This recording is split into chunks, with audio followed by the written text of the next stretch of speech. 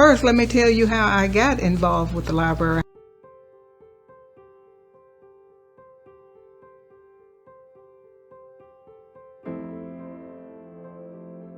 How I even got involved in Forest Hill, because you know, after the civil rights era of the 1960s, with no discrimination, creed, race, color, or whatever, we were able to live where we could afford to live.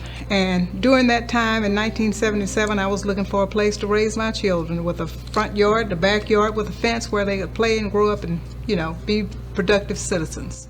And my children grew up here.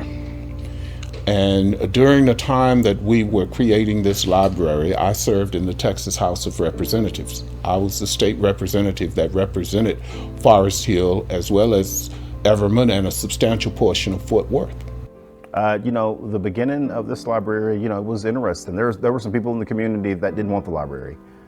And it was, you know, it was controversial. It was something that was like talked about a lot.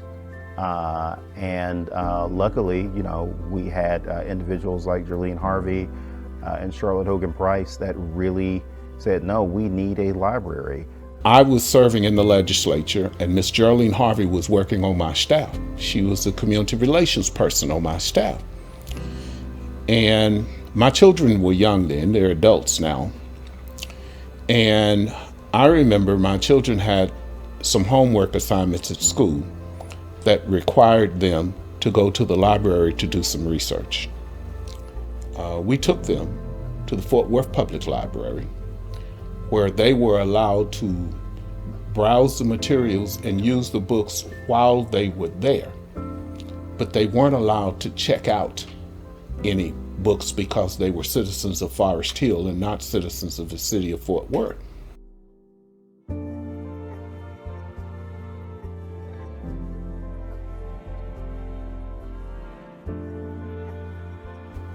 The way it came about was that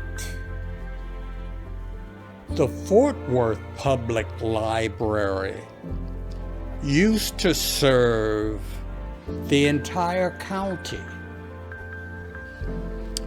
But somewhere in the late 70s, early 80s, they decided, the city council of the city of Fort Worth, decided that they could no longer afford to provide free library services to people who did not actually live in Fort Worth. So they started charging people who lived outside of the city of Fort Worth to use their library. And that became a burden to people who could not afford to pay to use the city of Fort Worth library. So that left the city of Forest Hill with a couple of options. One was to try to pay for all of the citizens of Forest Hill to use the city of Fort Worth library. That was a losing proposition because the population of Forest Hill was growing, and that would have been a never-ending stream of payments to the city of Fort Worth, so that our citizens, our kids primarily, could use the city of Fort Worth Public Library. The other option was to start our own. And that's what we ultimately decided to do.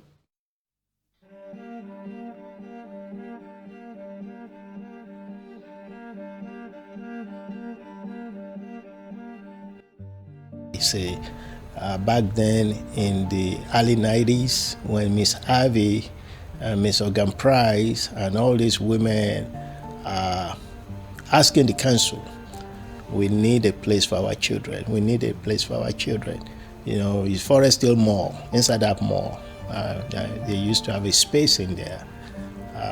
My wife used to own a shop inside the mall back in 1992. And they have a bunch of volunteers that are helping. And these people put a lot of time and energy with very little money. They had to raise money any way they could. They had to beg and borrow for books. They had very limited books and materials and all, because all those were donated to them. They didn't have the ability to buy anything.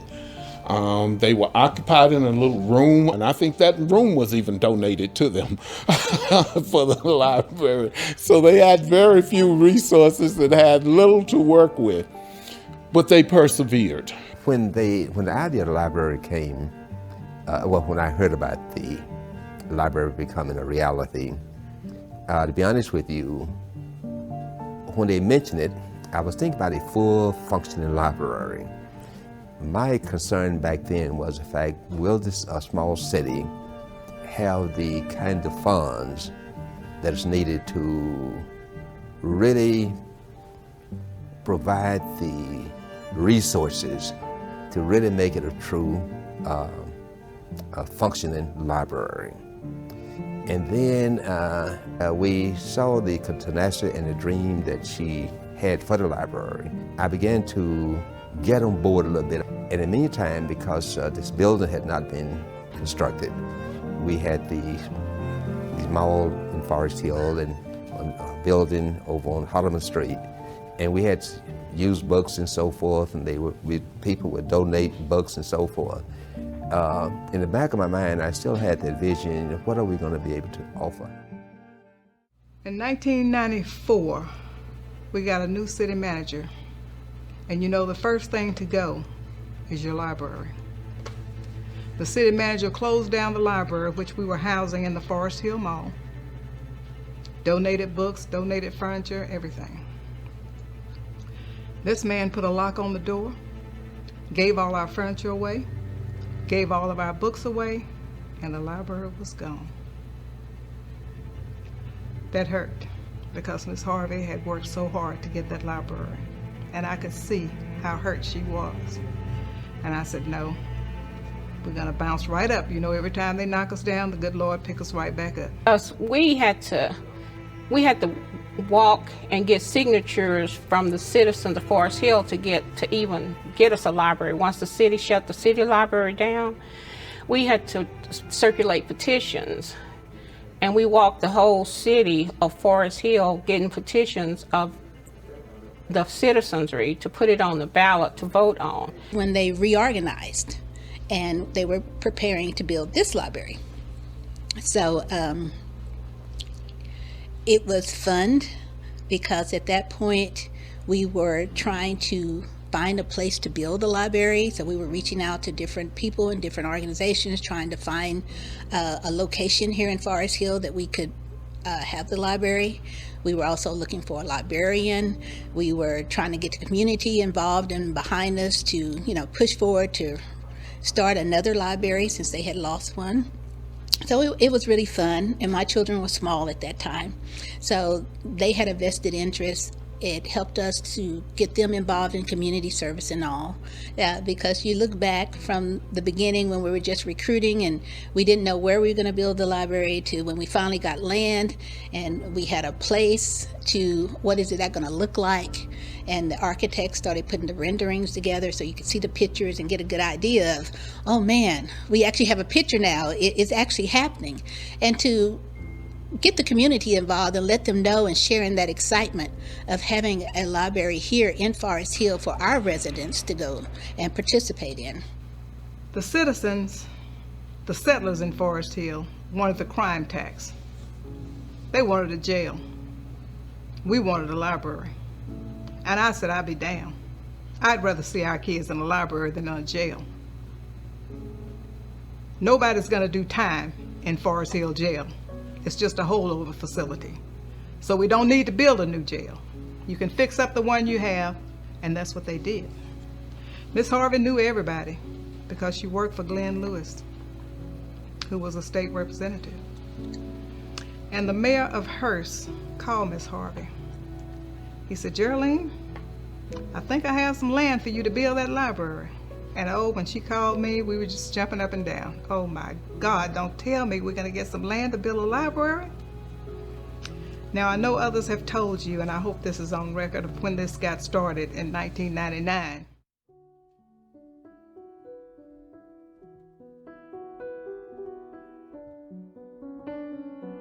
Mrs. Harvey, because you know, her passion for this project has been well documented and has been honored by the fact that this library now bears her name. Ms. Harvey came across a bill that one of my colleagues had filed that would allow for the creation of a library district, and that they could access sales tax money to fund the library if there was room under the cap. And by that I mean, in Texas, there's an 8-cent cap on sales taxes. And if any city they're only using 7.5 cents of that, then they can go up to 8 cents. Ms. Harvey came to me and said, look, Representative Keel has got this bill. It is bracketed just for the area that he represents. Why don't you go and see if he will let you sign on to the bill, if he would expand the brackets to include the city of Forest Hill? Because we do have a 0.5 cent room. We still have some room under the cap in our sales tax. The bill was not moving. It was bracketed for a small area that he represented, plus Representative Keel was a Republican. And I went to him, Terry, I called him, because we were colleagues, and I went to Terry and I said, Terry, listen, if you will expand the brackets on that bill so that it will include the city of Forest Hill, then I will sign on to the bill as a co-author with you, and I will work the Democratic side of the aisle, and you work the Republican side of the aisle, and we'll see if we can get this done. And we did. And so that's how the money came to build this building. When we created the library district, believe it or not, it only passed by 14 votes. And even when we got access to the sales tax, there had to be a referendum election. The law says we couldn't just pass it and levy that tax. There had to be a referendum vote, and the citizens of Forest Hill had to vote to approve the use of that sales tax for that purpose. And there were some people who objected to having an additional 0.5 cent added on the sales tax for every purchase in this city when you purchase a taxable item in this city. And again, there was some thought that a better use of it would have been to create a crime prevention district to provide more resources for the police department. When we finally got it passed, and then we voted to get the 4% sales tax, by the time we were ready to build, we already had about $600,000 in our coffer. That was enough to start building. But we didn't want to be in debt. We wanted a cushion. And Miss Harvey would always say, Charlotte, you can squeeze a dollar till you make it holler. Because I didn't want to pay off anything but our necessities until we got enough money to do what we needed to do, and then a little extra, in case we needed it. Because things did happen and we needed that extra money. And of course, once you have land, it takes a while before you build on it, so you have to come down here and take care of it. So often the friends were down here picking up trash and helping to tend to the lot, and just doing whatever we could to help let the people know that, look, this is our land and we have a library coming, and what can you do to help? A lot of those who were members of the Friends became the library district workers. So our little group kind of split at that time, but we were still working in the background while the others worked on the actual building of the building. This city manager, when we got the gift deed to this land, this man would not even allow us to put a portable building on this land to start having meetings, to start organizing and doing what we needed to do to build this library. And that was a slap in the face. It was very difficult. When you have people that are against you and you know that and you got to fight them, and you have people that have no idea what you're going through to try to accomplish something that will help the whole community, especially our kids, because our kids have always been our future. And to have books in their hands and computers and everything so that they can learn about their history and what has happened and where we're going or where we want to go to and where we've been, there was a lot of obstacles, but through it all, God saw us through, and this is what it has prevailed to be. It took us from then to 2008 to build our library. And the news, it was excitement. You know, it's you can hardly wait to see something, as we see, as you say in these texts, something go up in the air, because that's a sign that something's been done. You know, when you talk about things and so forth, and you can visualize and so forth. But when, as you stated, when you start seeing dirt moving and so forth, and a step beyond that is when you start seeing something go up in the air. I remember when it first opened up, and they opened the doors, and we had a get-together here, and just to see the young people's faces, you know, that alone tells you that, you know, this is great, long overdue, and you know, so necessary for it to happen. Yeah, you know, I don't know if anybody was able to capture any of that on video from that day or through photos, but just to see those young people, you know, get on the computers, and you know, it's just incredible, amazing feeling.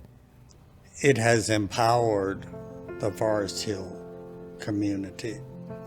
It has brought the opportunity to have access to books and reading and programs around books and reading for the Forest Hill community. Last time I looked, there were about 15,000 people here in the city of Forest Hill. And I dare say that at least half of that 15,000 is kids of various ages. So this library has had a profound impact on the lives of the children of Forest Hill. It has made learning accessible to them, made books accessible to them, made programs where they get to meet people who are passionate about both learning and books, as am I, to talk to them about reading and what a fantastic experience that is. I always tell the young people, being able to start reading now and start grasping those comprehension skills at a young age will prepare you to be the next member of Congress, the next senator, you know, the next CEO, you know, the next general, whatever it may happen to be. If you have the idea that this is my community, this is my home, this is my area, then this is yours. This is your library. And hopefully you would want to be a part of that and to realize that these services are here for you, to help you. You know, you may have a computer at home, but if you need additional research and additional tools, then they're here for you. And with COVID and all, now we've had to branch to online, more online services, but they are here and they are available. And so it's important for the community to realize that we are a community and we work together, and it's a place for us to come together. You know, sometimes we have people here who are tutors, and they're tutoring our students and they're tutoring other people. There was time we had ESL classes, so we were teaching Spanish. It's a tool for the community. You know, whatever is needed, it's a place that can be utilized to help the community. It's brought people from other cities here, because keep in mind, When we look at the city of Everman, some of their people come in to use our library. When we have functions here, we've had different things that would bring families in as a whole. So we would gather up and have different people from different communities to come in. They would use our computers, they would use our library to look up things as well as books and all those type things. It's just so many things that I can think of that really sets it apart. But the determination of the two main women who actually started this library, that's second to none. That's a story within itself. The library adds so much to any community. These people were dedicated and made sure that the citizens of Forest Hill was able to achieve something that Miss Harvey dreamed of. And that was to put something in place that our kids could touch, see, and even begin to imagine now. The library is just a sacred place, sometimes just a place to get away from home, because home is so negative once you leave school. I appreciate these Miss Price and Miss Harvey and them for their vision of putting this together, and the trustees for working with them. The importance of this library, the truth of the matter is, we cannot be what we wanted to be if we do not have the support and the education that is necessary to take us there. It means the world to this community. You would think it has been here forever, but what were they doing without it? And I looked in my purse, one of my old purses, and found a Fort Worth Public Library card. I had to go to Fort Worth to utilize the library. My kids didn't grow up with a library here. They had to use a school library. So my granddaughter was born in 2002 when we accepted the gift deed, but it took 2008 when they poured the concrete. Every time it was a change out here, I would bring her and take a picture of her in front of it so that she would know her grandmother was a part of this library, because that's very important.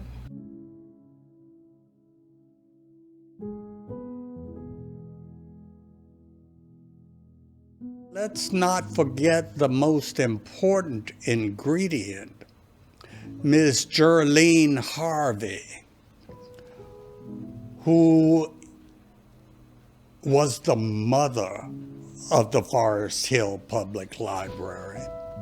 When I walked in here a short time ago, I think this young lady saw me and she came out to greet me, and I had to stand there and gaze at Miss Harvey's portrait there and read the inscription below it.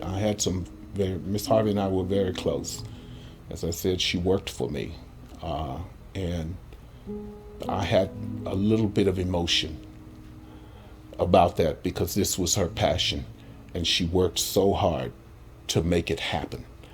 And to see this library here bearing her name and her portrait, I still get a little choked up. I'm sorry. And her portrait out in the lobby, I did experience a great deal of emotion when I walked in. The wooden sign has been out there since 2008. So one of the other things that I was instrumental in doing is making an agenda item that we're going to get a new sign, a digital sign. It costs over $40,000, but it's well worth it. Oh, it's nice. And it's something that was needed. And when you see things that need to be done, that's what the funds are for. And since we had enough money in our coffer, I said, we can spare that. We can spare a new sign. So I'm very proud that we now have that new sign outside. Miss Harvey most people called her Mother Harvey. I never did, but I can see the reason why they did that, because she just demanded respect. She was just a person that once you knew her, you just went out of your way to try to assist and do the things that she had a vision for. And she was just she was, stop, please.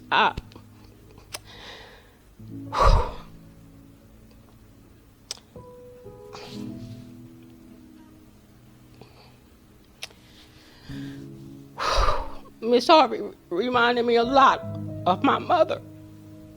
I can't do this.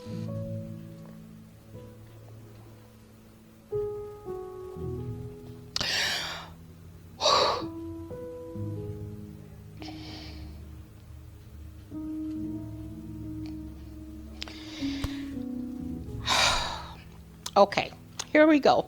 Miss Harvey was a lot like my mother. She was determined, she had a vision, and she more or less led you to the path that you needed to go. And I just love that about her. Even though we didn't always reach the same conclusions, we always got to the same destination. I had an opinion, Miss Harvey had an opinion, but those two opinions came together and we reached our goals. Miss Harvey was it's just hard to describe her. So I think she was the backbone of this community. I think that most people,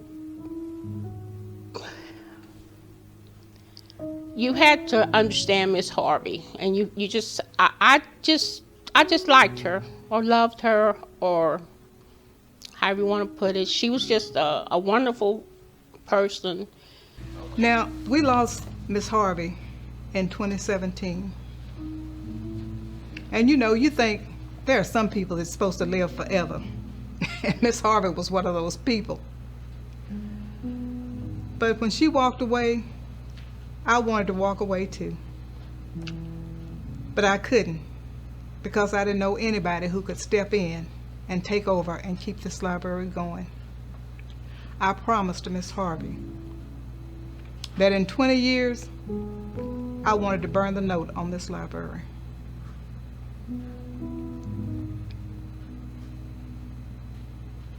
And last year, we were able to do that. This library belongs to the Forest Hill Library District, and I'm very proud of that.